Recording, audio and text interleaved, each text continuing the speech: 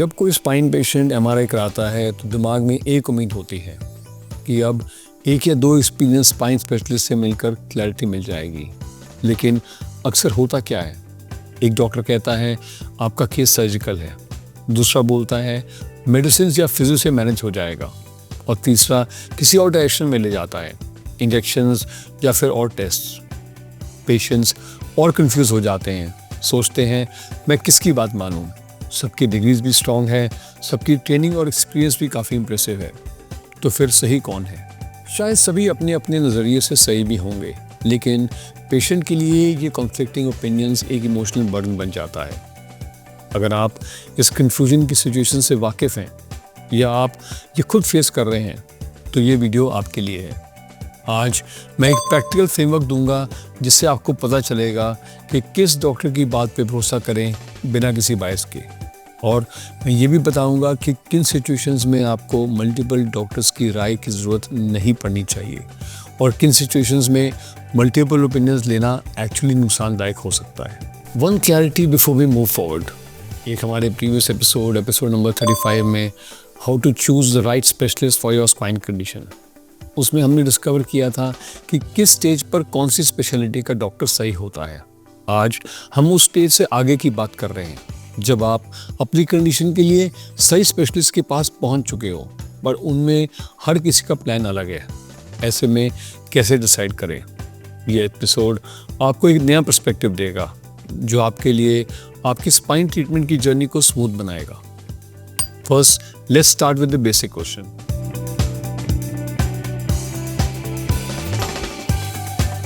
सबसे पहला इंडिकेटर होता है कि क्या डॉक्टर के माइंड में क्लिनिकल फाइंडिंग्स और एमआरआई रिपोर्ट अलाइंड है। इसमें स्पाइन का रीजन, बीमारी का लेवल, परेशानी की साइड सब मैच होना ज़रूरी है। चलिए दो सिनेरियोज डिस्कस करते हैं।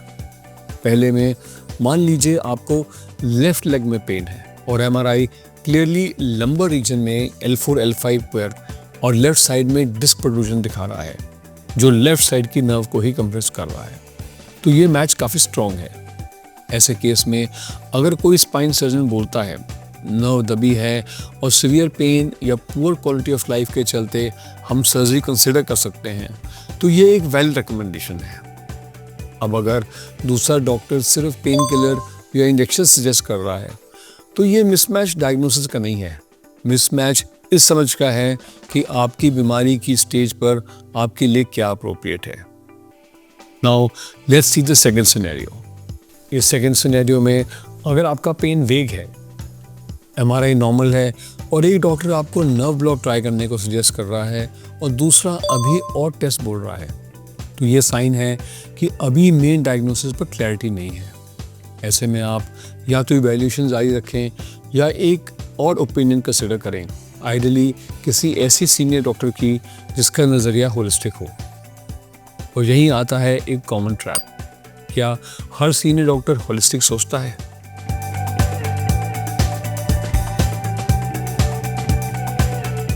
सैडली नहीं। कई बार इवन एक्सपीरियंस स्पेशलिस्ट अपने कंफर्ट जोन से बाहर की कंडीशंस के बारे में नहीं सोचते। जैसे अगर आपको लेफ्ट शोल्डर में आर्म में पेन है और एमआरआई सर्वाइकल स्पाइन में चेंजेस तो हैं लेकिन बहुत एडवांस नहीं है, तो सिर्फ सर्वाइकल स्पॉन्डिलोसिस सोचना गलती हो सकती है।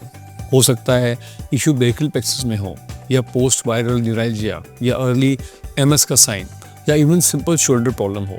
इसीलिए अगर क्लिनिकल फाइंडिंग्स और इमेजिंग में मिसमैच हो तो नेक्स्ट ओपिनियन एक ऐसे सेंटर से लेना ज़रूरी होता है जहाँ मल्टीपल स्पेशलिस्ट की टीम अवेलेबल हो, रादर दैन कि हम किसी के क्लिनिक में जाएं।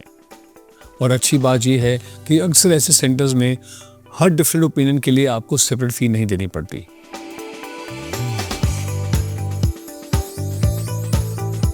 एक और एंगल जो पेशेंट्स अक्सर इग्नोर करते हैं वो है सर्जन की टोन और इंटेंशन का एनालिसिस।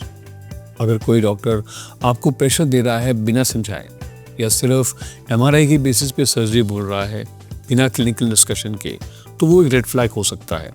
वहीं अगर कोई स्पाइन सर्जन आपके सिम्टम्स, एमआरआई, लाइफस्टाइल और फियर्स को एड्रेस करके कामली प्रोज एंड कॉन्स समझा रहा है, तो वो उसका सब्जेक्ट पे कॉन्फिडेंस और पेशेंस के लिए कंप्रेशन को एक्सप्रेस करता है। यहाँ हमें इमोशनल डायमेंशन को देखना होता है। जहां पेशेंट का ब्रेन जानता है कि सर्जरी ही एक सही रास्ता है, लेकिन उसका माइंड अनश्योर है। डॉक्टर साहब, सर्जरी तो सब कह रहे हैं, पर क्या मैं वापस अपनी लाइफ नॉर्मल जी पाऊंगी? ये क्वेश्चन हर तीसरे पेशेंट का होता है। इसका जवाब सिर्फ रिकवरी स्टैटिस्टिक्स से नहीं मिलता, काउंसलिंग से मिलता है। सो अगर इस काउंसलिंग को कोई सर्जन या उसकी टीम स्किप करते हैं तो it should raise a red flag. Now let's see कि किन सिचुएशंस में हमें मल्टीपल ओपिनियंस नहीं लेनी चाहिए।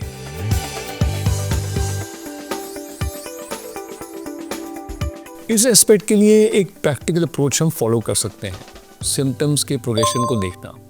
अगर आपके सिम्टम्स स्टेबल हैं, दर्द मैनेजेबल है, कोई न्यूरोलॉजिकल वर्सनिंग नहीं हो रही, तो आपके पास टाइम है एक्सप्लोर करने के लिए। लेकिन अगर वीकनेस बढ़ रही है या ब्लैडर बाउल सिम्टम्स आ रहे हैं या पेन सिवियर हो रहा है डिस्पाइट मेडिसिन, तो आपका फोकस होना चाहिए अर्ली इंटरवेंशन पे, ना कि थर्ड या फोर्थ ओपिनियन लेने पे। इस पॉइंट पे आपका गोल क्लैरिटी नहीं, सेफ्टी होना चाहिए। अगर आपको ये वीडियो अब तक हेल्पफुल लग रहा है तो आप सब्सक्राइब करके हमारे चैनल के साथ जुड़ें। ये मुझे सिग्नल देता है कि आपको ऐसी गाइडेंस वीडियोस वैल्यूबल लगती है।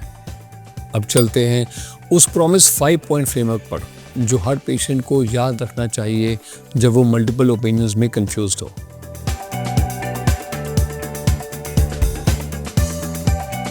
पहला, अगर आपका पेन और एमआरआई परफेक्टली मैच कर रहे हैं और फर्स्ट डॉक्टर कान कॉन्फिडेंस के साथ एक्सप्लेन कर रहा है, then you don't need another opinion.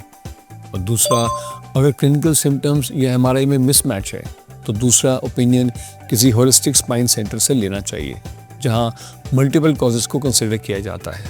और अगर हर डॉक्टर का रिकमेंडेशन ड्रास्टिकली अलग है, जैसे कि एक सर्जरी बोल रहा है, एक फिजियोथेरेपी, तीसरा ब्लॉक, तो कहीं ना कहीं या तो डायग्नोसिस क्लियर है या आपकी फाइंडिंग्स इनकम्प्लीट है। अगर आपका पेन मैनेजेबल है लेकिन कन्फ्यूजन है तो टाइम लें, सीक क्लैरिटी, लेकिन अगर नमनेस, वीकनेस या रेड फ्लैग साइंस हैं तो डिले मत कीजिए। और लास्ट, आपका गट फीलिंग। हर पेशेंट को किसी एक डॉक्टर से नेचुरल कंफर्ट फील होता है, उनकी बात समझ में आती है, टोन रीअश्योरिंग लगती है। ट्रस्ट दैट इंस्टिंक्ट, स्पेशली जब क्लिनिकल सेंस भी सपोर्ट कर रही हो।